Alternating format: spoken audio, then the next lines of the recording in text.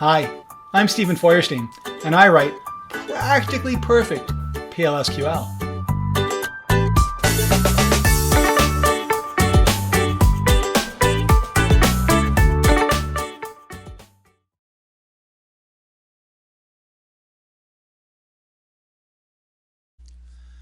Greetings and welcome to the PLSQL channel, a series of video trainings on the Oracle PLSQL language. My name is Steven Feuerstein, and I'm a PL/SQL developer just like you. This lesson is part of my series on programming with collections, Oracle's array-like structures, and the focus of this lesson is string indexing and associative arrays, a very fascinating and relatively advanced topic for PL/SQL developers. So what I want to talk about are the extended indexing capabilities for associative arrays, and most importantly, the ability to index by strings.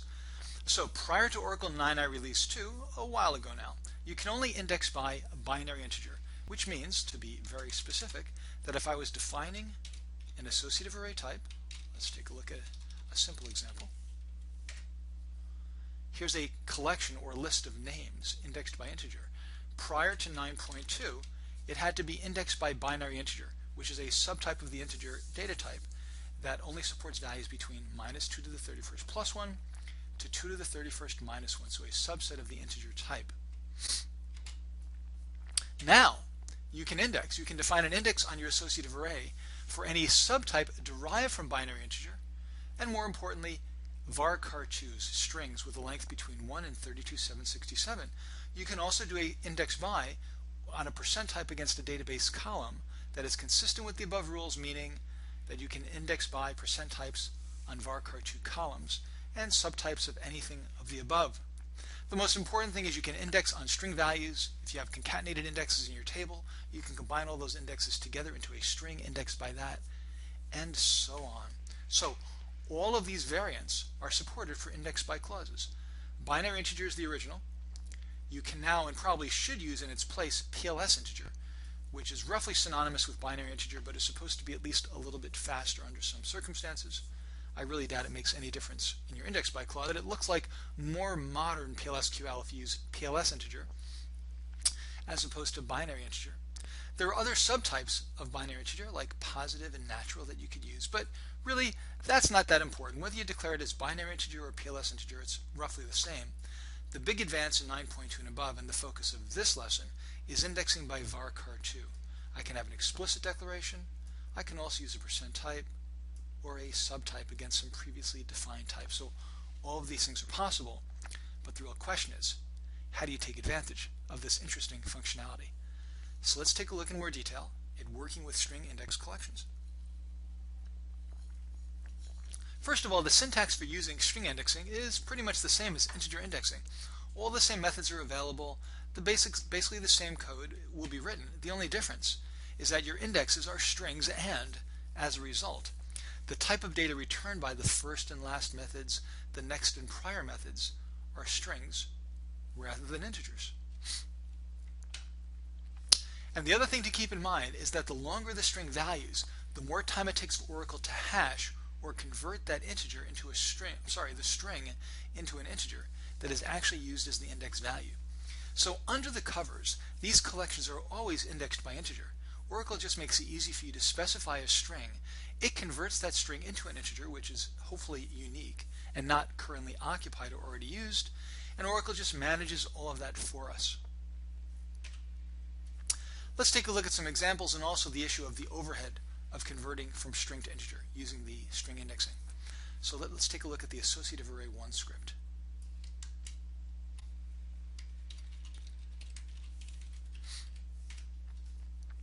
Now in this example, what I'm going to do is keep track of countries and continent populations by their name.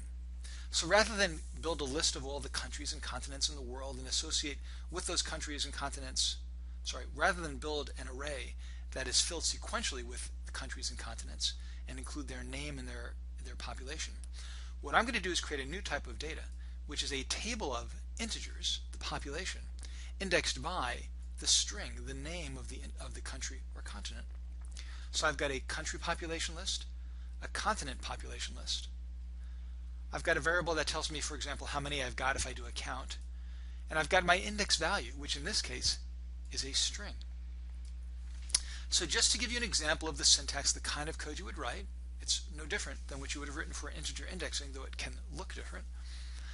I'm going to assign the value of 100,000 to the Greenland location in my country population list. I'm going to assign 750,000 to the Iceland location in my country population list. So Greenland is the index value, that's the location in my list. Iceland is the location in my list, and these are the values that are stored in it. And I do the same thing for continent populations. Australia, Antarctica with an uppercase A, Antarctica with a lowercase a, New Zealand. Now this looks kind of funny because I've got hard-coded literal values, strings, inside my parentheses. But usually it would look like this. That's my index value, whatever it's set to. I assign 100,000 to it. This looks just the same, whether it's an integer index or a string index. And that's mostly what your code will look like. In other words, the data type of the indexing is often hidden from view in the lines of code that you write to manage that index. But in this case, I state them explicitly. You can see that they're actually strings. And now let's ask some information about this collection. First of all, how many have I got? I call the count method. That returns an integer, just as it does for integer indexing. Let's find out the population of Greenland. In this case, I pass the word Greenland as a string to the location array, to the array of countries. It goes to that location in the list, and it returns the population. I get the first defined element in my collection. I assign it to index value. Remember, that's a string. So first is now a string. I display it. I display last, first, and last in my continents. And let's see what I get. I run my code. Look at the results. And my count is 2. So the count inside the country population is 2. The population of Greenland, so I passed in Greenland. It returned the population is 100,000. The first row defined in my continent population list is Antarctica with an uppercase A. The last is Antarctica with a lowercase a. And that's because I'm using the default character set in Oracle. It's using the ASCII ordering to my characters, and lowercase comes after uppercase. The meaning of first and last and next and prior when you're using string indexing is determined by the character set you're using. So it's not necessarily intuitive as to what that ordering might be, but it should make sense within the context of your character set. So that's, as a quick glance, what is involved in working with string indexed collections, which is it's no different from integer indexing. The only difference that we've seen so far is that the value returned by these methods like first and last, next and prior, are strings. One thing to also remember is that if you're working with string indexing, you should never ever try to iterate through your collection using a numeric for loop, going from first to last. These are now strings, and unless they evaluate to numbers, integer values, you're going to get an error. So when I try to do this, I get a numeric or value error, character to number conversion error. It tried to go from Antarctica with an uppercase to Antarctica with a lowercase. Those are not valid integer values, and therefore an error is raised. So when you're working with string index collections, you always need to use the while loop. Go from first to last, start with the first or last, and go to the next or prior using these methods. In fact, let's pull this over into the other script and we'll try it out. So let's do this. Iterate through and show all the values in my collection, but not my happy family. Let's do continents.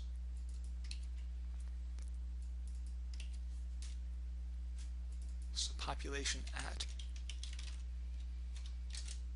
So we'll take a look at the population at the index, whatever the name is, equal to that value. And in fact, it's at the continent in continent. I'll get there eventually. Okay, let's try this code. Run my script. Whoops, I didn't replace all the values of my names. There we go. Try it again. Now I got a numeric value error from the for loop afterwards. Let's keep going. Let's take a look at what we've got here. And notice, here are the populations in the 4 continents. So I did a loop through my collection, retrieving each individual element from lowest to highest, using first and then next. But if I tried to use the for loop, I got the exception. So let's just put that back in its own little comment. Whoops.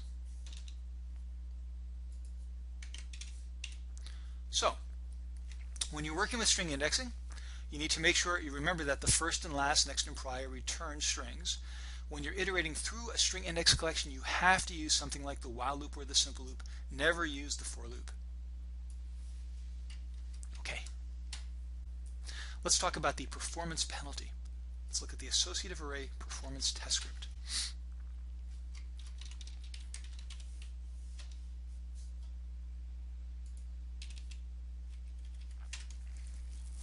Now what I've done here is create a program called Associative Array Index Test. I pass in the number of times I want to run my code, the length of the string I want to index by, or the length of the string I'm going to be using.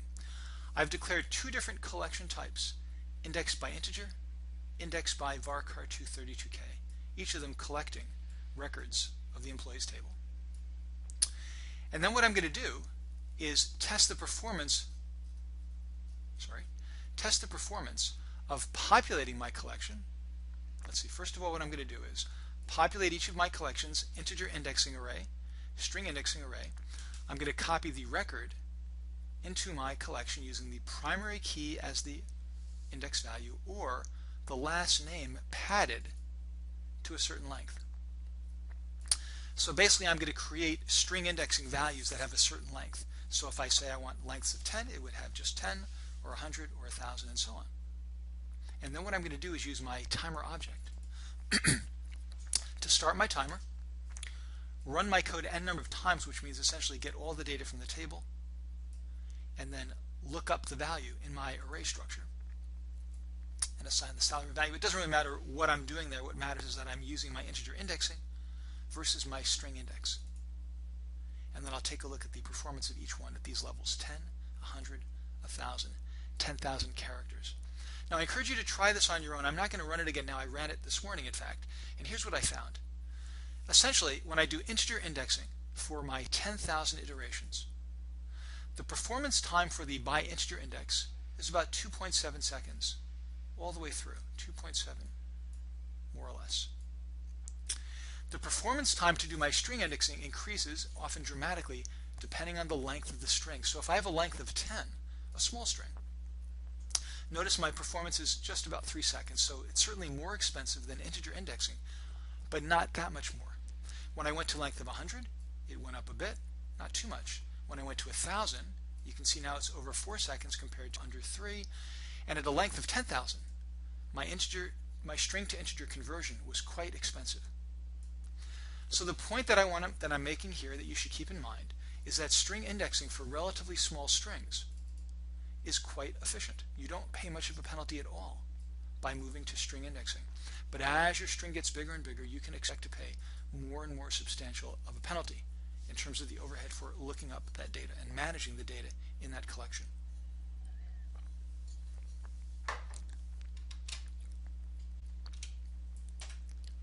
Let's take a look at what I would consider to be a practical application for string indexing. I've been involved in writing an application for Quest software called Quest Code Tester for Oracle. And Code Tester for Oracle is a tool that you can use to automate the testing of your PL SQL code. Here's the dashboard. I'm not going to go into the details of it, but let's take a look at why I needed to use string indexing. So you can run your test and it automatically generates your test code, and then it runs the test and verifies the results, and isn't that great? Okay, here's my program, between string. And I pass in a string of start and end value and inclusive. It has parameters. And you don't have to do this, but instead we do it for you. We generate the test code that is executing to verify your code. So here's an example of the test package. Lots of code. Again, it's not something that the user has to worry about. We generate it. And I wrote a package to generate the test code. Now, one of the things I do is generate local variables for each one of my parameters and for a bunch of other things as well. So part of the dynamic test code generation is generating variable declarations. Now, as I'm sure you know, you can't have multiple declarations with the same named variable in your block of code. Oracle will raise an error, raise an exception. So when I do my code generation, what I need to do is keep track of the names of the variables that I've already declared, so that if I try to declare a second variable with the same name, I've got to complex situation with multiple sets of variable names coming in from different places. If I find that I'm about to generate a declaration with the same name of something I already generated, I want to skip it. Don't regenerate that declaration. To do this, I need to keep track of the variable names that I've already used. So the algorithm needs to be something like this. For each of the variables I've got defined in my collection, if the variable name is already in use, do nothing.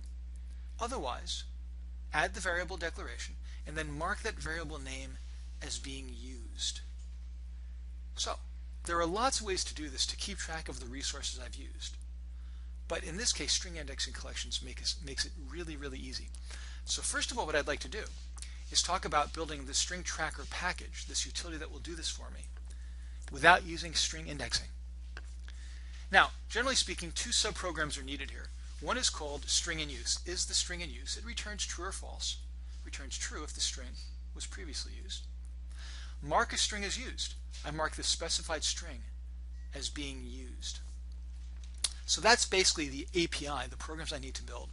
And the most obvious implementation is to create a collection to track the list of used strings and then see if the string is already in use. And then I'll search through the list for a match. Let's take a look at my string tracker version 0.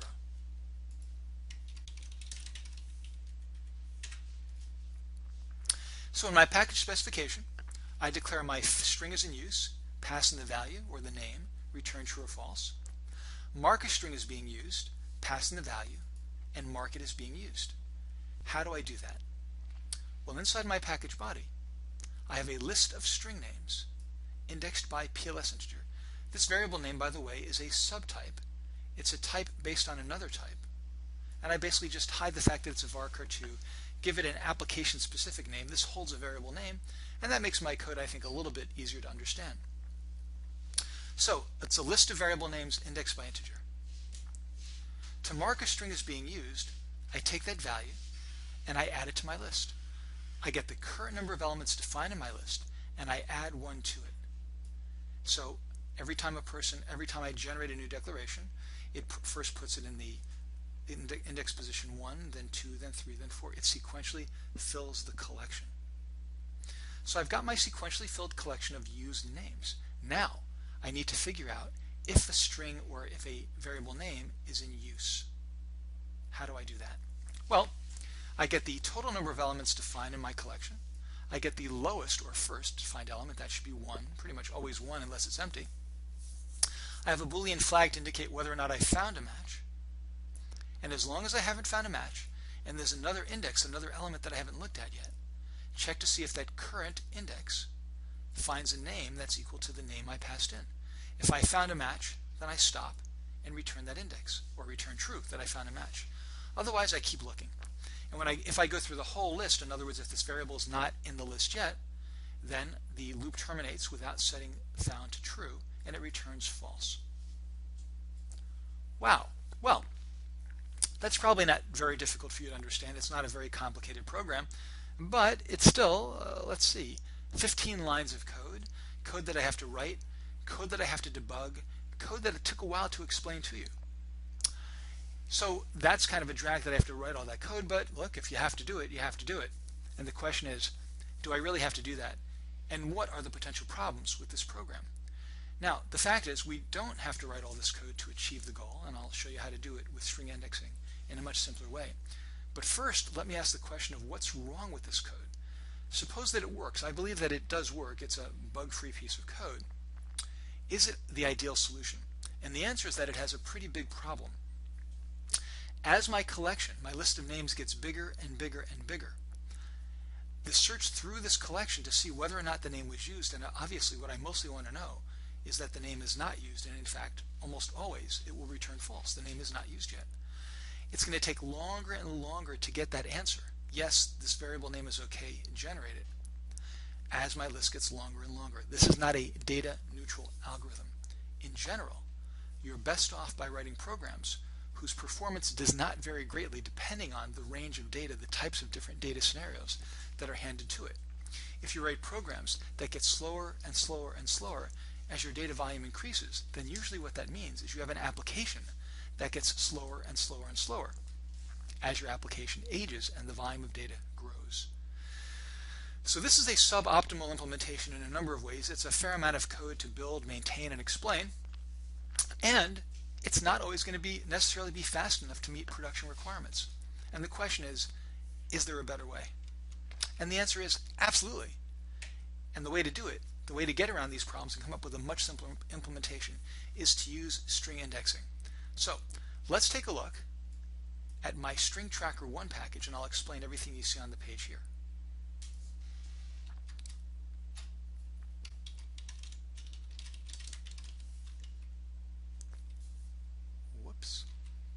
Whoops.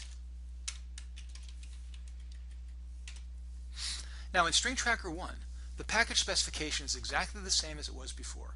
Mark a string is being used, is a string in use. But the package body is quite different. Now previously what I had was a single indexed integer index collection, and I populated the collection sequentially. In my second attempt at building this package, things are different.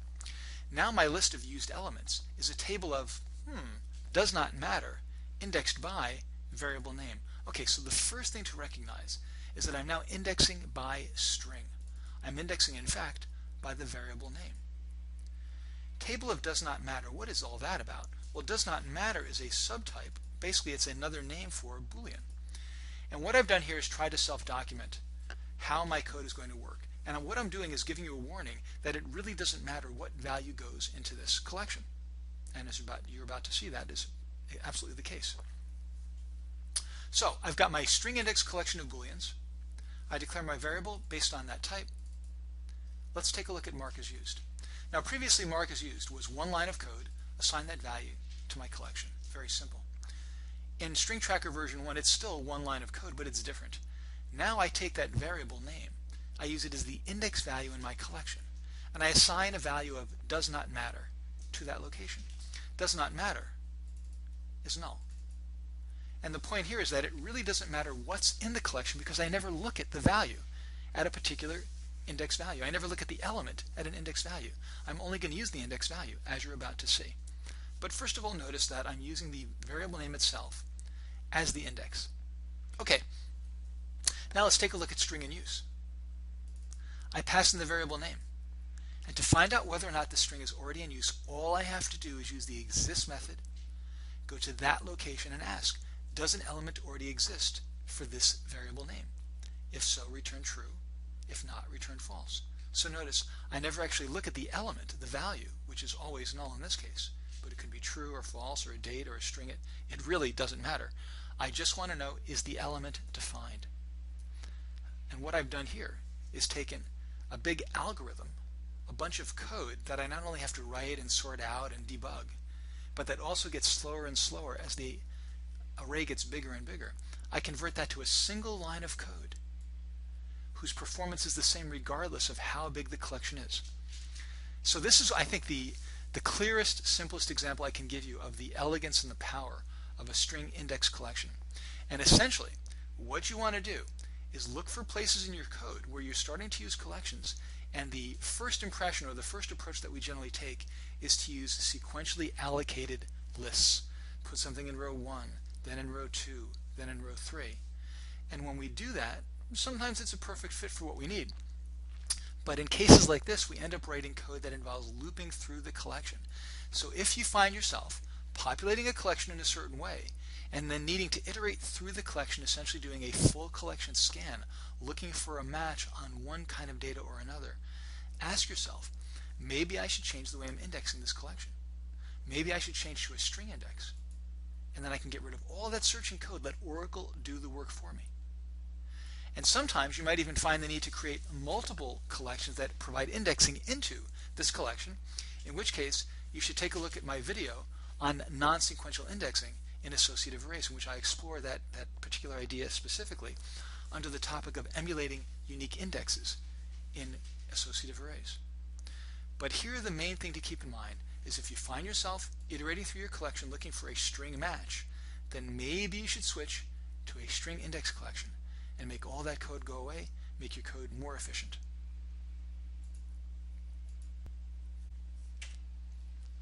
Let's talk about another topic that might arise that's relevant to string indexing, and that's when you might want to convert from integer indexing to string indexing.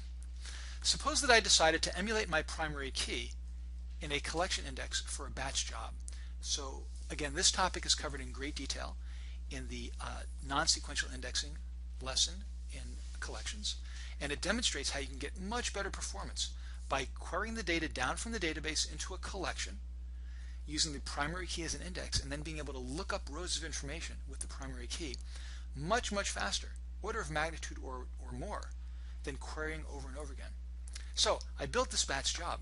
It's running super fast. It's really great. But the problem is that my primary key values are approaching 2 to the 31st minus 1. That's the maximum allowed in a collection, about 2.14 billion. Obviously, not all of our tables are that big, but some of them are. And if you have sequence-generated primary keys, you could be running into this problem. So if I have an integer index, as soon as I hit that limit, I'm going to run into a problem. I'm going to get errors from Oracle. And the question is, do I have to abandon this entire technique, throw out the collection, go back to querying all my rows and endure all the overhead slowing down my batch job? And the answer is no. You don't have to do that. What you can do is simply convert to a string index. With a string index, you don't have to worry about the size, or the actual value hitting the limit. You have to worry about the number of elements defined in the collection. Sorry about the little typo there. I'll fix it up really soon. So you only have to worry about actually hitting the limit of 2 to the 31st minus 1 elements, or actually 2 times 2 to the 31st minus 1 elements. Lots and lots of elements. So you're likely to run out of memory before that ever happens. And you can completely avoid the problem of hitting the maximum value. Let's take a look at a script that demonstrates what I'm talking about here. First of all, in terms of emulating the primary key,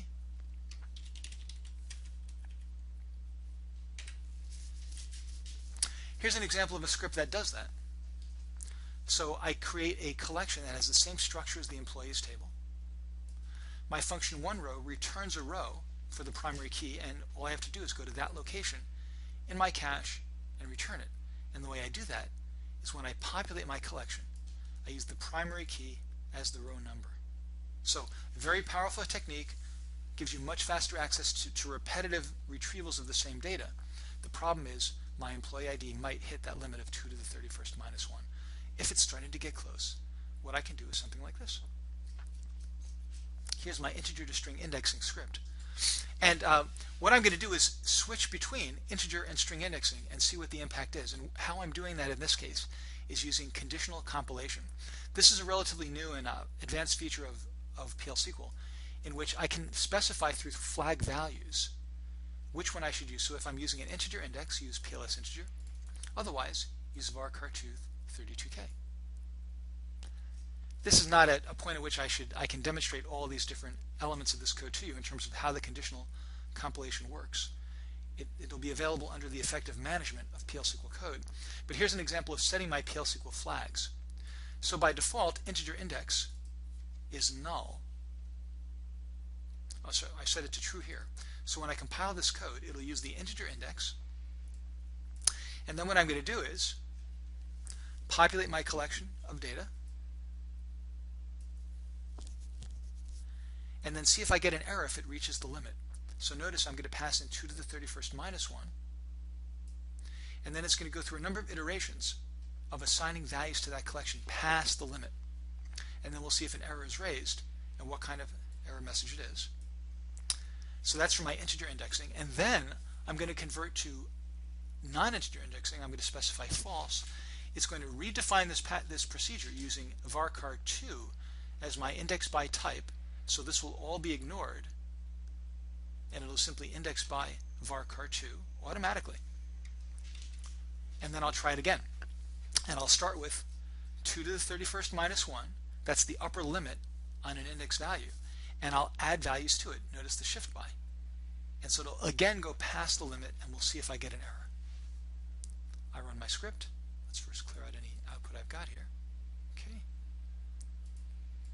I run my script. And here's what I see.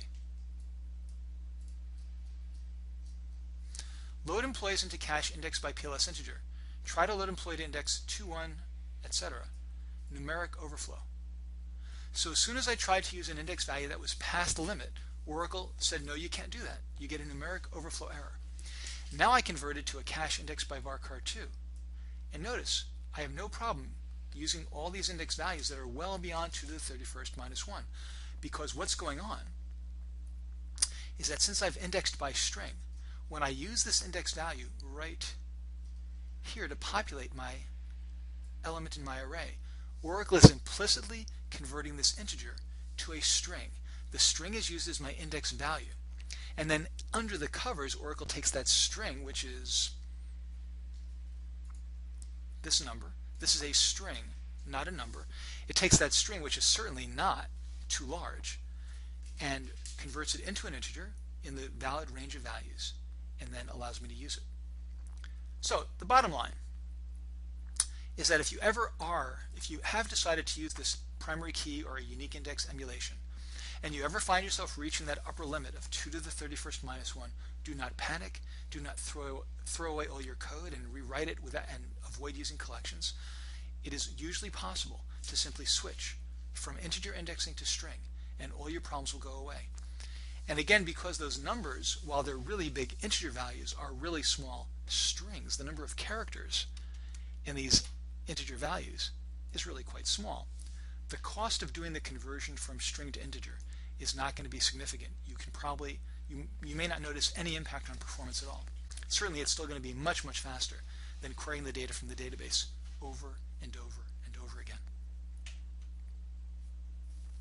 All right, some key lessons and to look ahead.